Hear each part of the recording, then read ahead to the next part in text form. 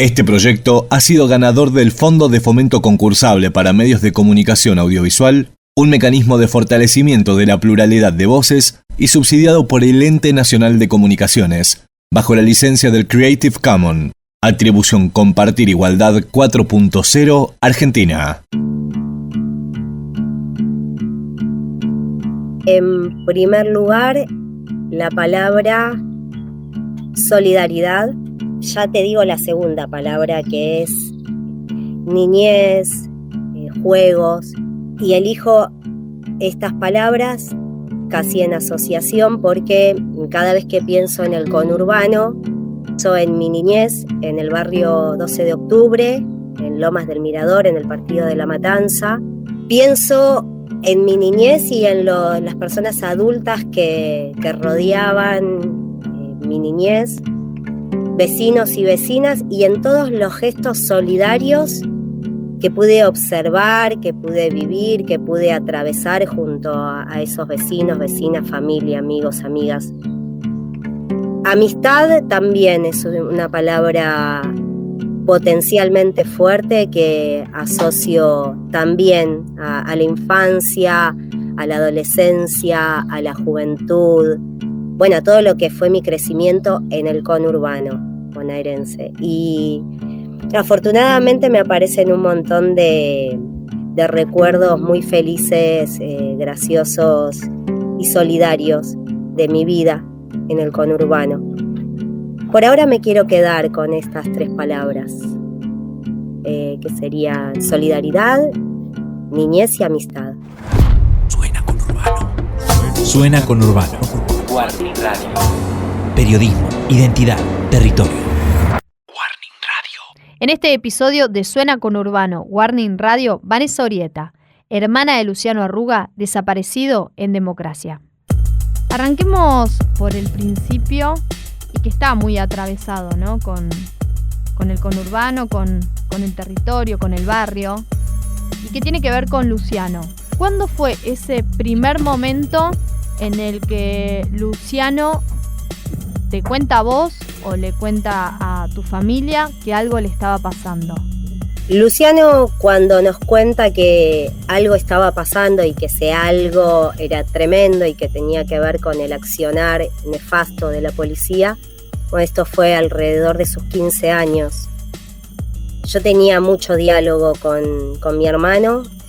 Lu era un joven, entiendo que a la edad de Lu, la curiosidad, las inquietudes, la proyección a futuro aparece, y en la vida de mi hermano aparecía con mucha fuerza, ligado a la vida también, porque sus curiosidades siempre tuvieron que ver, y voy a volver a nombrar la palabra solidaridad. Luciano, al sufrir y ser afectado por la discriminación y la criminalización, siempre fue un curioso de por qué se daban algunas situaciones sociales de mezquindad.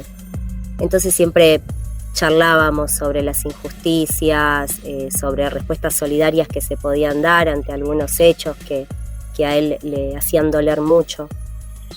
Hablábamos de política, hablábamos de libros, y bueno, y en esa confianza que teníamos, en un momento que yo también lo empecé a notar mal, cuando cualquier persona está atravesando una situación traumática y difícil, los ojos son la puerta, ¿no? A poder ver que algo está pasando.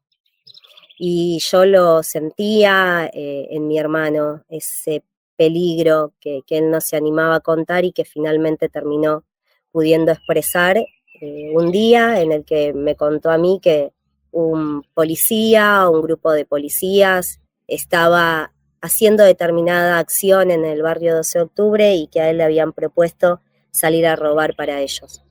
Intenté pensar con él, acompañarlo en esa situación, y lo que sentí es, bueno, la enorme preocupación que tenía.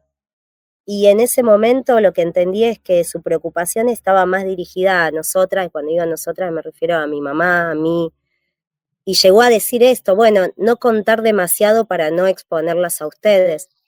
Bueno, posteriormente se lo contó también a mi mamá, y a partir de ahí intentamos diseñar algún tipo de contención para Luciano que no tuviera que ver con la denuncia policial, porque considerábamos en ese momento que era muy riesgoso denunciar a la policía cuando la policía estaba siendo central en este accionar delictivo, y bueno, y todo lo que vino después de esto.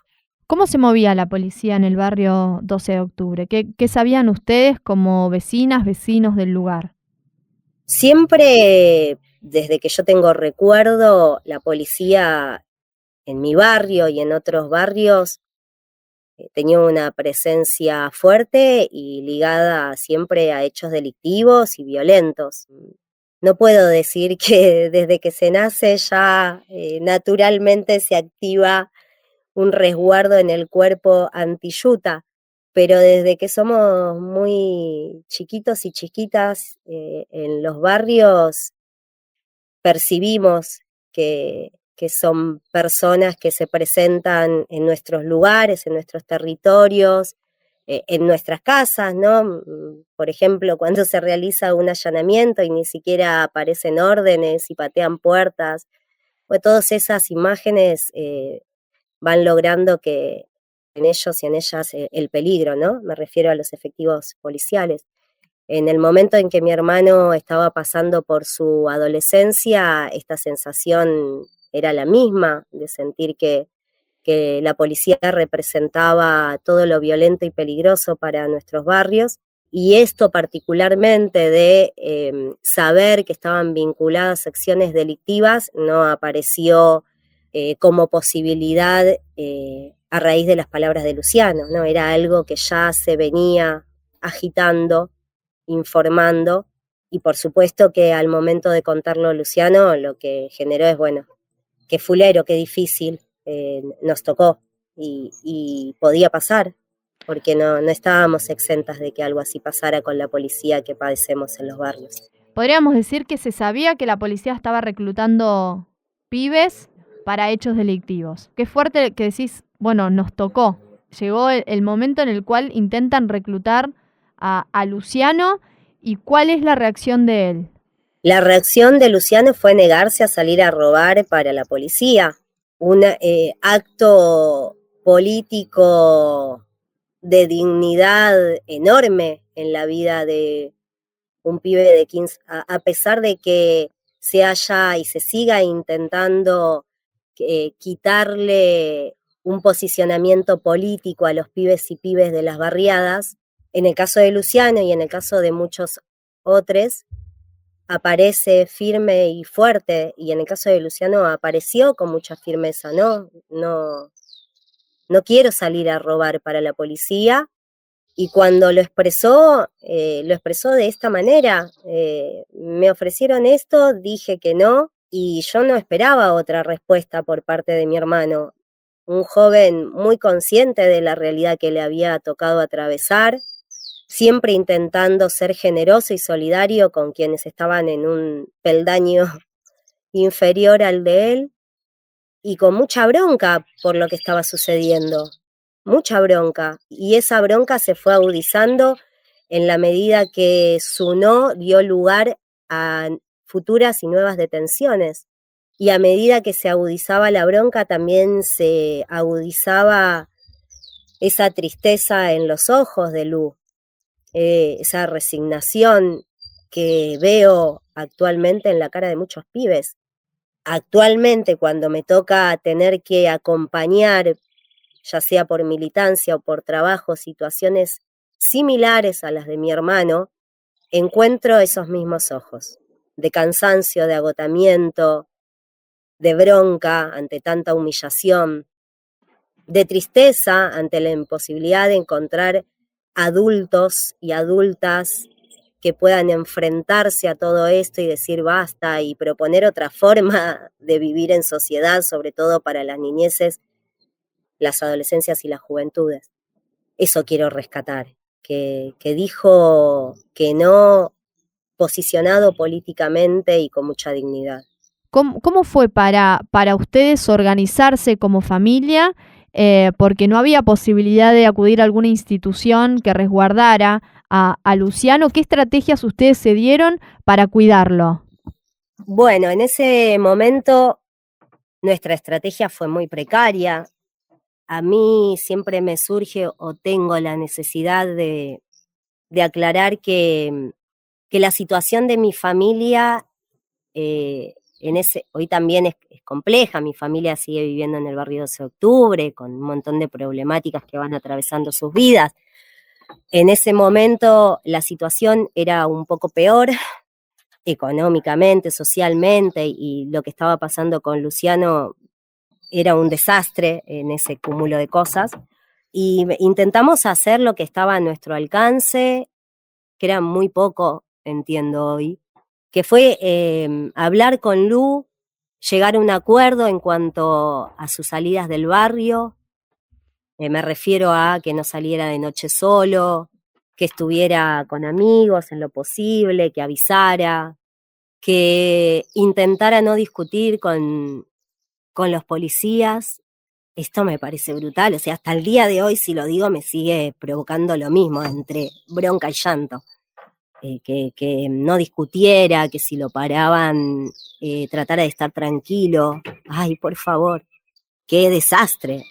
No, hoy respondo a esto que le dije en ese momento, qué desastre, qué mal que estamos como sociedad, que le estamos pidiendo a un pibe de 16 años que intente no salir mucho de su barrio, que intente salir acompañado, que avise, que si se cruza la policía trate de no enojarse, que trate de hacer todo lo que le dicen, en el sentido de, a ver, las veces que lo paraban a mi hermano, era muy violenta esa situación, porque era ponerlo contra la pared, siempre a los gritos, siempre con insultos, como negro de mierda, negro villero. No me mires a la cara, es algo que aparece mucho, no me mires a la cara, mira para abajo. A él le han pegado mucho con la itaca en los tobillos. Hoy te puedo decir que el recuerdo que tengo de esas charlas es de mi hermano intentando decir que sí, es mi hermano, no le gustaba nada lo que él estaba diciendo, como que no decir nada cuando me están maltratando. Y yo hoy hago así con la cabeza como diciendo, y claro, ¿cómo no decir nada cuando te maltratan, cuando te humillan, cuando te insultan? En ese momento teníamos mucho miedo y no teníamos muchas herramientas materiales, humanas, para poder hacer un movimiento y resolver de otra manera. Esa fue la forma que tuve. Y no tengo que decirte a vos, después de la conversación que tuvimos hace un ratito, hablando de cosas lindas, de los crecimientos y de los niños, lo que pasa por el cuerpo por mi cuerpo, por el cuerpo de una madre, a 13 años de esa situación, recordando estas charlas. Es muy duro. ¿Te pasa, recién decías que fue muy poco, ¿no? Que consideras que en ese momento fue muy poco, pero ¿te pasa hoy en día que decís, capaz que si hubiese hecho esto, la historia hubiese sido distinta? Podido pedir ayuda en tal lugar, la historia era otra. ¿Te pasa de reflexionar hoy en día de esa manera? Internamente lo pienso, pero no es algo que me aparece angustiosamente con culpa. ¿Y por qué? Por lo que te dije al comienzo, me parece que poder ponerlo en palabras ahora, con reflexión, habiendo sanado, es la posibilidad de que otra madre, padre, hermana, hermano, quien sea que esté acompañando una situación similar, pueda sentirse reflejada en esto que nos pasó.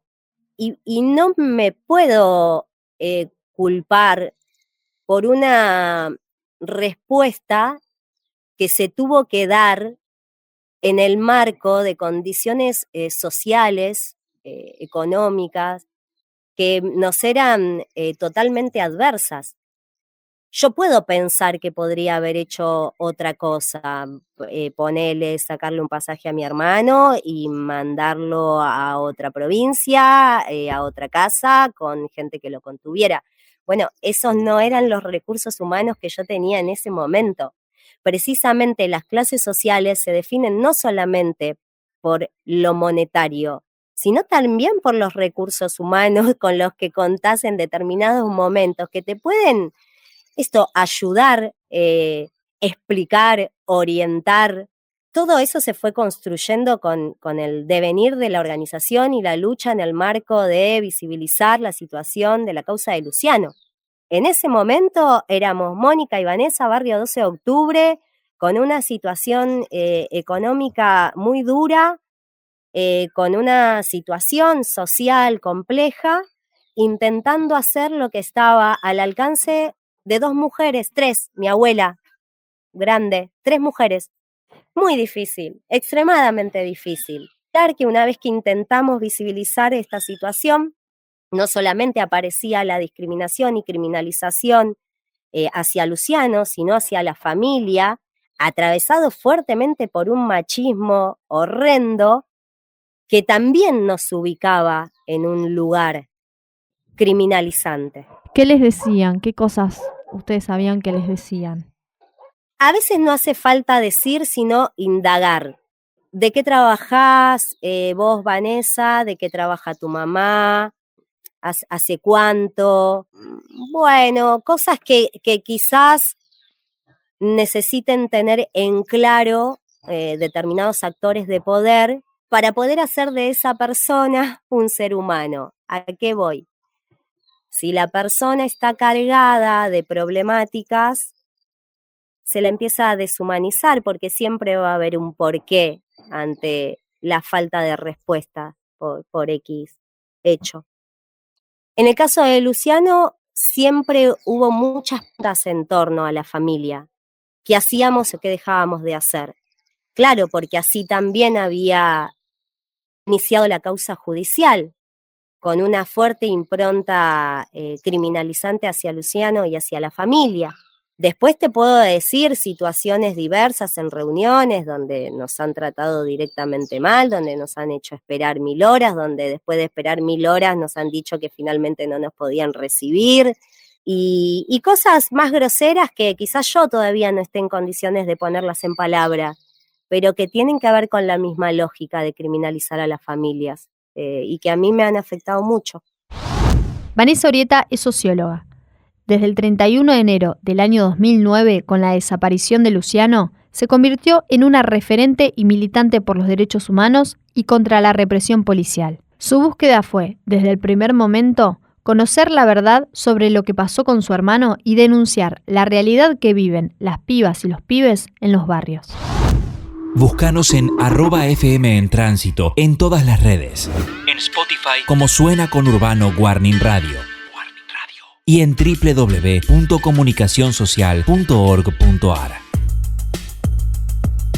Hay un hecho puntual, Vanessa, que es el año 2008, con la creación de un espacio o de una institución que es el destacamento de Lomas del Mirador. ¿Qué significó ese destacamento para el barrio, la que se haya instalado el destacamento allí? Significó un avance por parte de sectores, tanto políticos, judiciales como civiles, en términos de mayor seguridad. Pero que se entienda bien, porque para mí la seguridad representa mucho más que invertir presupuesto en armas, patrullas, comisarías. Seguridad para mí es que todas y cada una de las personas puedan acceder a sus derechos fundamentales para poder proyectar vidas felices, que es un derecho también.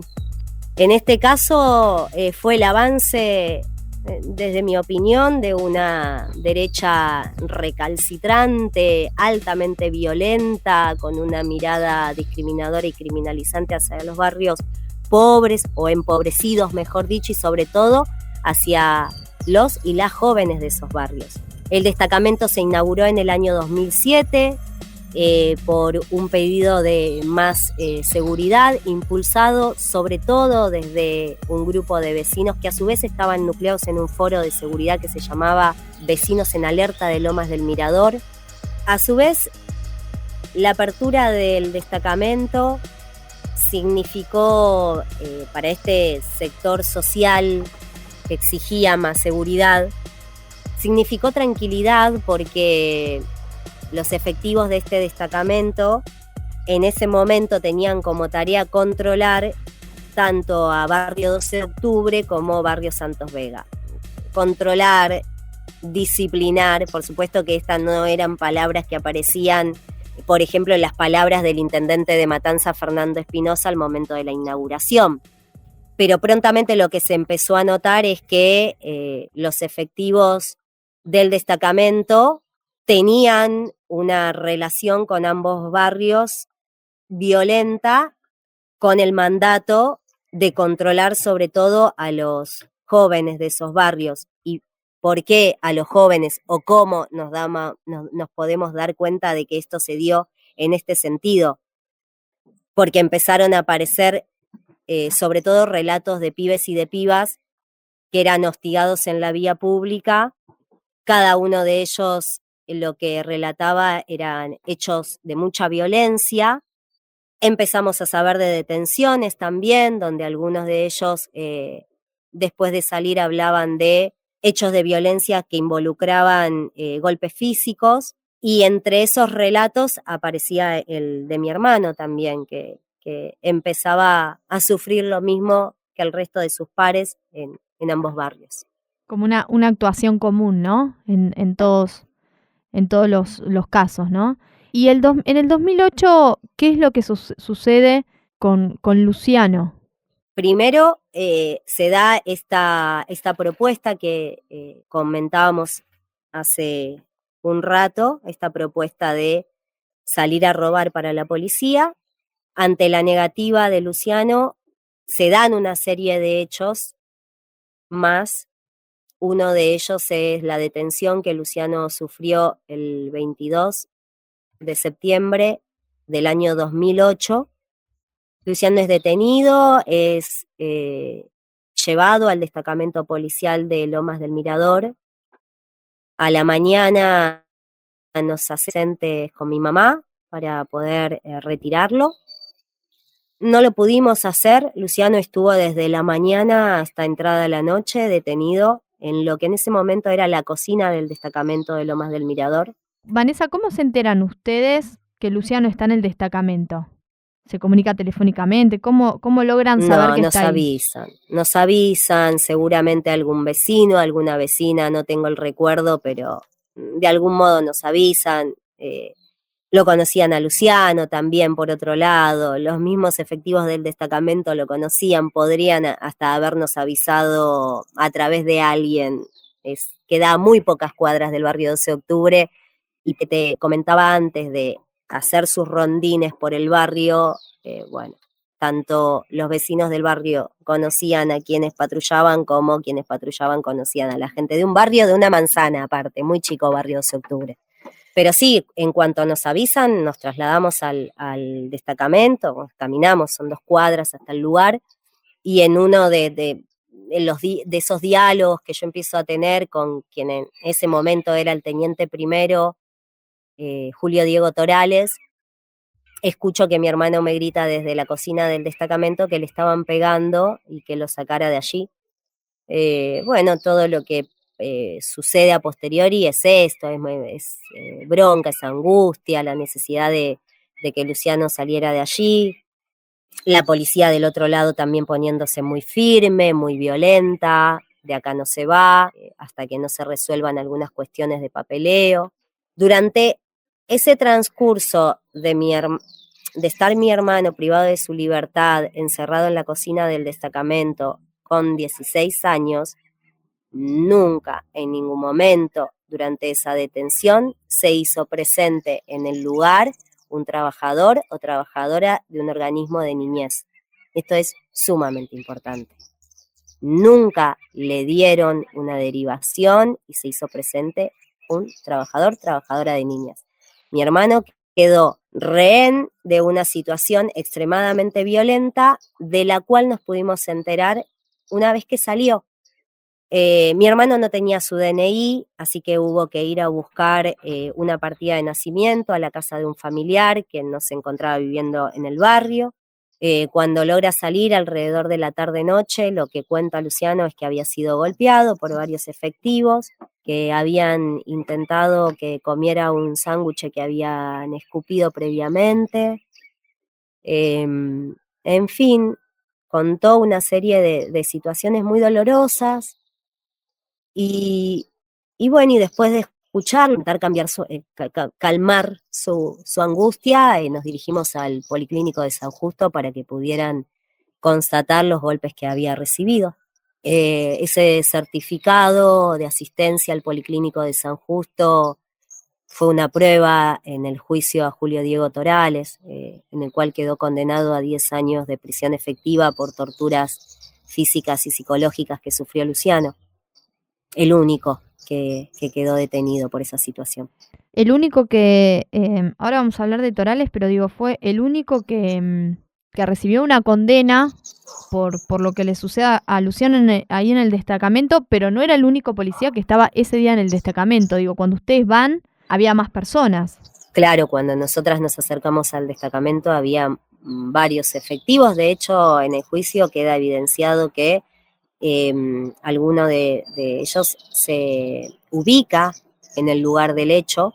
Por supuesto que cuando se ubican lo que dicen es que Luciano se encontraba bien y que había sido cuidado en todo momento. Esto es grave también, ¿no? Porque por un lado se dio la condena de prisión efectiva a un policía mientras otros mintieron en su testimonio, ubicándose en tiempo y forma en ese lugar y hablando de otra situación totalmente diferente a la que pudimos dar cuenta con mi madre. Y ustedes van al destacamento y lo escuchás a tu hermano. Digo, Sí. Porque el destacamento es como si fuera una casa. Digo, la forma del destacamento es una casa, ingresás, hay una especie de living, podríamos decir, como Es una casa. para figurar, sí. Y Luciano estaba en la cocina. ¿Qué es lo que vos lográs escuchar en ese momento y cuál es tu reacción? ¿Qué te nace en ese momento? No, cuando se abre la puerta y escucho gritar a Luciano, lo primero que hago es irme encima del policía que estaba en ese momento hablando por teléfono, que era Diego Torales, a exigirle que me quería ir con mi hermano, que lo liberara, que lo estaban golpeando. Él en ese momento, recuerdo que tenía el teléfono, tapa el teléfono y me dice: quédate tranquila, porque estoy hablando con el juez de menores y si vos te pones a gritar, todo se va a complicar más. Yo lo que hice cuando me dijo que estaba hablando con el juez de menores es empezar a gritar más, precisamente para que me escuchara esa persona que estaba del otro lado del teléfono, y lo que le decía era que estaban golpeando a mi hermano y que me lo quería llevar a mi casa. Me parece que es lo que suele pasar con muchas familias que llegan muy desesperadas a las comisarías. En las comisarías están pasando cosas muy graves, muy graves. Hablábamos del conurbano. Bueno, una de las fotografías del conurbano a veces está ligada al dolor y al sufrimiento, y es necesario empezar a observar fuertemente lo que está pasando en las comisarías del conurbano, cómo llegan las familias, con el estado de desesperación que se acercan a pedir una respuesta, sabiendo que su familiar le está pasando mal, que está hace tiempo sin comer, que está en buzones hace mucho tiempo sin poder ver ni hablar con nadie, que están siendo golpeados, torturadas.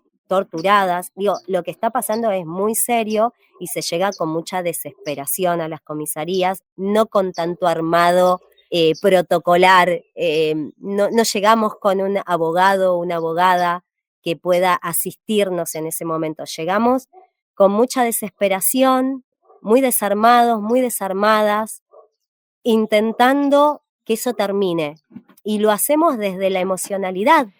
Cuando Luciano sale del destacamento, ustedes lo llevan al hospital.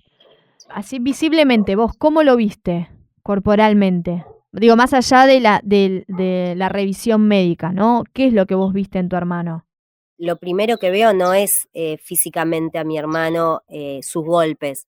Yo llego a una casa de donde vivía mi madre con sus 3 hijos, soy muy mala, pero ponele que medía 4x4. ¿No? Y vos me decís, es muy chico eso. Bueno, eso es lo que medía la casa donde vivía mi mamá con sus 3 hijos. 2 cuchetas y no entraba más nada. Yo me quedo del lado de afuera de la casa y mi hermano estaba sentado en la cama de abajo, de lo que es una cama cucheta. Lo primero que le pregunto es ¿qué pasó? ¿No? ¿Qué pasó? ¿Por qué te llevaron detenido? Y él me dice que no sabía por qué lo habían llevado detenido. Entonces, entre que yo estaba angustiada y enojada, le digo, bueno, pero vos hiciste algo. Y él ahí se enoja conmigo y me empieza no digo a gritar, pero me dice, pero vos sos boluda o pelotuda o no sé. Te estoy diciendo que me llevaron detenido, que no sé por qué, que me pegaron. Y él ahí empieza como a hacer gestos, se levanta la remera y me empieza a mostrar. Todo eso en un clima difícil, en donde todo es bronca y angustia.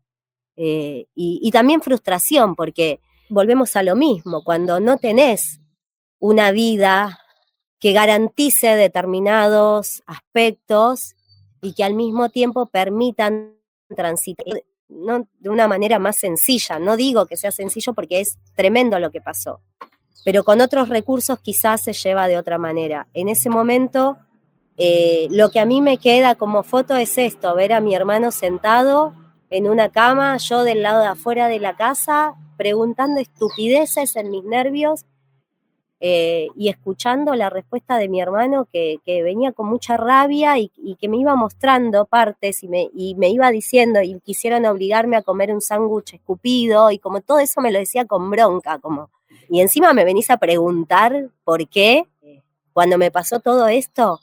Creo que fui entendiendo un poco más cuando llegamos al policlínico.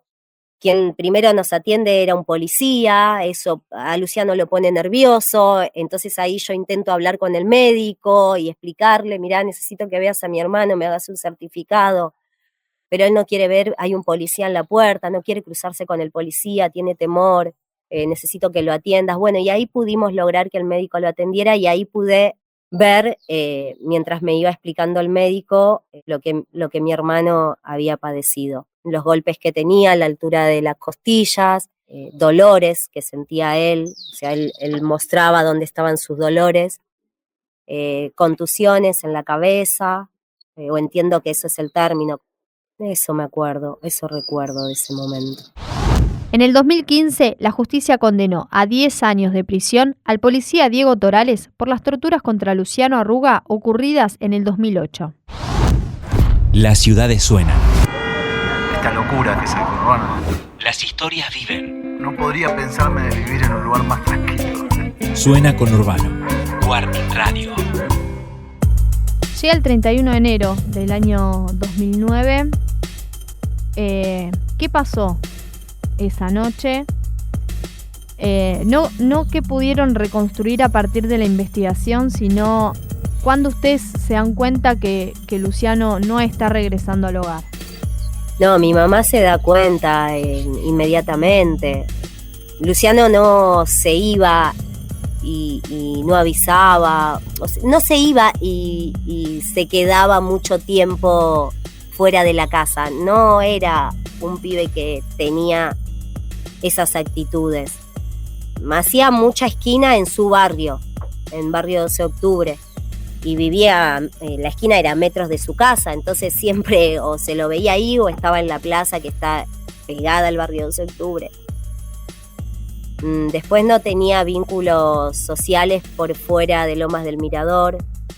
Ese día lo que dijo es que se iba a ir al ciber, le pidió unas monedas a mi vieja para ir al ciber. Mi vieja creo que apenas le habrá dado algunas monedas, o sea que mucho no podía hacer en el ciber. Y en un momento, claro, no llegaba, y bueno, ya eso empezó a preocupar a mi mamá por todo lo que ya él venía atravesando. Al otro día muy temprano me llama por teléfono mi mamá y lo que me dice es que Luciano no volvía, que no volvió, y empezamos a buscarlo en las comisarías de la zona.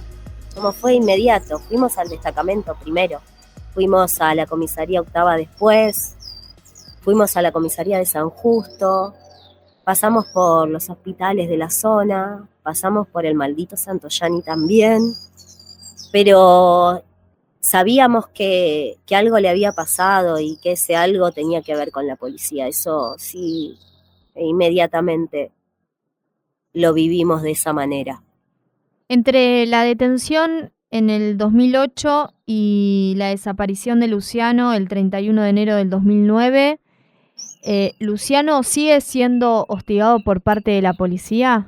Claro, entre la negativa de Lu a salir a robar para la policía, su desaparición, se dan varios hechos de detenciones que terminaron con Luciano privado de su libertad, en donde nunca se dio la presencia de un trabajador o trabajadora de un organismo de niñez, y en cada uno de esos episodios Luciano sufrió violencia física y verbal. En alguna de esas detenciones, Luciano fue alojado en una sala con rejas, no fue llevado a la sala de entrada para que quede en un sillón esperando hasta que algún adulto responsable viniera a buscarlo. Mi hermano fue encerrado en la cocina del destacamento de Lomas del Mirador o en las celdas de la comisaría de Don Bosco. En esas detenciones siempre Luciano sufrió violencia física y psicológica.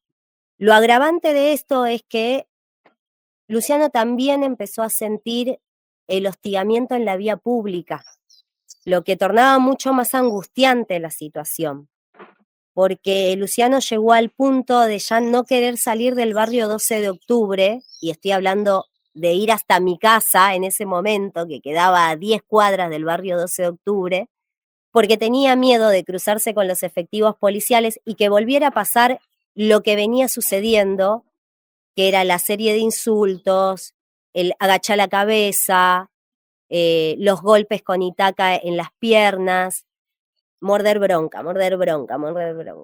Claro, por eso cuando Luciano falta en nuestra vida el 31 de enero del año 2009, no había ninguna posibilidad de pensar algo diferente a lo que en ese momento pensábamos que era, bueno, acá está involucrada la policía y esto va a ser muy difícil. Esa fue la primera sensación. ¿Cómo fue el recorrido que ustedes como familia empiezan a hacer? ¿Qué puertas empiezan a golpear para poder encontrar a Luciano y llevar adelante ese reclamo de aparición con vida de Luciano Arruga, ¿no? ¿Qué instituciones golpearon y cómo hicieron para instalar, hasta incluso en los medios, ¿no?, que hay un pibe de 16 años que está desaparecido en democracia? Mirá, lo que te puedo decir es que particularmente le puse todo a visibilizar la causa de mi hermano y a encontrarlo. Y cuando digo le puse todo es, yo dejé de pensar en mis proyectos personales, dejé de estudiar la carrera que había elegido, dejé de hacer cosas que en ese momento hacía y que tenían que ver con la vida de una piba de 26 años que estaba viviendo sola, que estaba con mis cosas, con mis planes. Puse todo en función de poder encontrar a Lu y de acompañar a mi familia, porque a ver, yo no tengo una familia grande, mi abuela había y hay que acompañarla, a mi mamá en ese momento de la falta de Lu hubo que acompañarla muchísimo, porque como entiendo que pasa con la mayoría de las madres, entonces yo no podía exigirle a mi mamá que dejara de lado su dolor para pensar rápido cómo seguir. Entonces, yo dejé un poquito de lado mi dolor y lo único que pensaba es que había que actuar rápidamente, que había que estar en la fiscalía todas las veces que fuera necesario para exigir que la investigación avanzara, Como no me atendían, yo dejaba mis escritos en un papel preimpreso y al mismo tiempo iba haciendo un montón de cosas. Ir, pedir audiencia, presentarme en las oficinas de diferentes funcionarios políticos, después de los pedidos de audiencia, relatar lo que estábamos viviendo, lo que estaba pasando con Luciano, participar de todas las actividades más del campo de la militancia, en donde nos empezaban a invitar al calor de enterarse de la situación, empezar a insistir en los medios masivos en ese primer momento para que tomaran la causa de Lu. Empezamos a notar que empezaba a aparecer algo de información, pero teñida espantosamente de una mirada criminalizante hacia Luciano. Entonces, lo que se decía era que Luciano estaba perdido y que eso debía de ver un asunto de drogas. Incluso en la esfera política, y ya mucho tiempo después me lo comunicaron, salía de algunas fuentes de información que mi hermano podía ser parte de un entramado mafioso. Todas cuestiones que se fueron cayendo inmediatamente en la medida que las personas que querían acercarse a la información se acercaban a la casa de mi familia y veían la situación de mi familia. Suena con Urbano Warning Radio es una producción de FM en Tránsito y Liquidambar Studio. Producción general, Patricio Enciso Riveros, Emiliano Matina y Cecilia Kafka. En la conducción, Maitena Sánchez Cataño, Belén Tenaglia y Julieta Urdinola. En la edición, Ricky Durán y Ramiro Rufini Vaz. Operación y grabación, Antonella Carbone y Santiago Lambach. Nos escuchás en FM en Tránsito y en Spotify. Nos podés seguir en todas nuestras redes como FM en Tránsito y Liquidambar Studio. Este proyecto ha sido ganador del Fondo de Fomento Concursable para Medios de Comunicación Audiovisual, un mecanismo de fortalecimiento de la pluralidad de voces y subsidiado por el Ente Nacional de Comunicaciones, bajo la licencia del Creative Commons. Atribución Compartir Igualdad 4.0 Argentina.